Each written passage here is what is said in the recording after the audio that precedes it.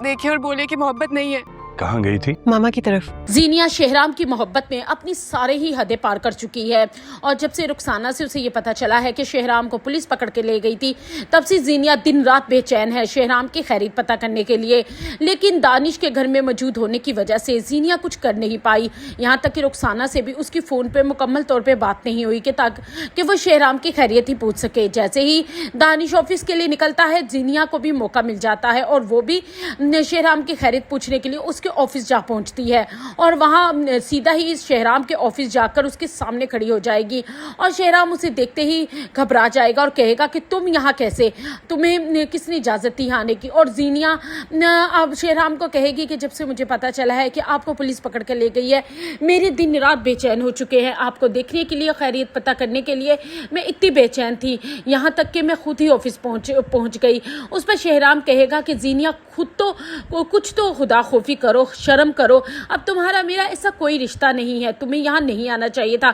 लेकिन जीनिया बेशर्मी की हदें भी पार करने में देर नहीं लगाएगी। शेहराम को पकड़ेगी और उसको अपनी तरफ करके कहेगी कि मेरी आंखों में देखकर बताएं कि क्या आपको मेरी आंखों में मोहब्बत नजर नहीं आती? मैं आज भी आपकी मोहब्बत में पागल हूँ। मैंने दूसरी शादी कर तो ली, लेकिन मेरा दिल और दिमाग में सिर्फ आप बसते हैं। और वो शेहराम को मजबूर करेगी कि वो उसकी तरफ देखे और उसे बताए कि क्या उसे मोहब्बत नहीं है।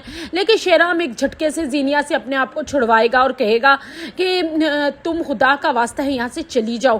अगर तुम्हारे शोहर को पता चल गया कि तुम्हारी क्या इज्जत रह जाएगी। अगर तुम्हारा घर बस ही चुका है तो चलो, तुमने मेरे साथ तो नहीं बसाया, उसी के साथ बसा लो वफा करके, और आइंदा के बाद मेरे सामने मत आना, क्योंकि मेरा और तुम्हारा कोई रिश्ता नहीं। अब मैं सिर्फ और सिर्फ फरियाल का हूँ और उसी से मोहब्बत करता हूँ।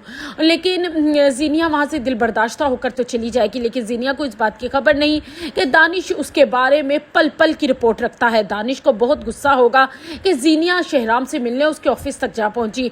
वो दानिश भी उसके पीछे पीछे घर आएगा और उससे पूछेगा कि तुम कहाँ गई थी। उस पर जीनिया कहेगी कि मैं तो अपनी माँ के घर गई थी। उस पर दानिश कहेगा कि जब मैंने मना किया था कि तुम मेरी इजाज़त के बगैर अपनी माँ से नहीं मिलने जा सकती, तो ऐसी क्या आफत आ गई थी कि तुम्हें जाना पड़ा। जीनिया भी झूठ बोल देगी कि उनका ब्लड प्रेशर हाई हो गया था।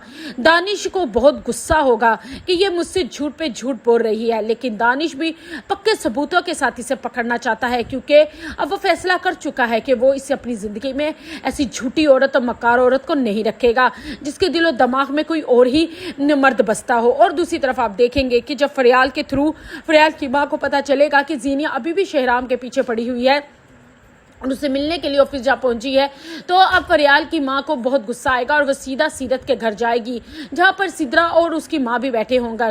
और वहाँ जाके ही फरियाल की माँ खूब बेइज्जती करेगी सीरत की कि किस किस्म की तरबियत की है आपने अपनी बेटी की।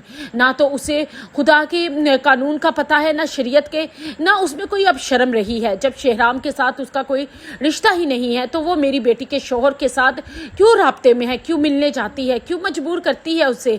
आपको शर्म आनी चाहिए और अपनी बेटी को भी समझाना चाहिए। अब वो किसी और के निकाह में है, छोड़ दे और मेरी बेटी का घर बसने दे। आगे आपकी और आपकी बेटी की वजह से मेरी बेटी कहीं दफ़ा उजड़ चुकी है। अब अल्लाह का वास्ता है मेरी बेटी का घर को बसने दे और अपनी बेटी को लगाम डाले।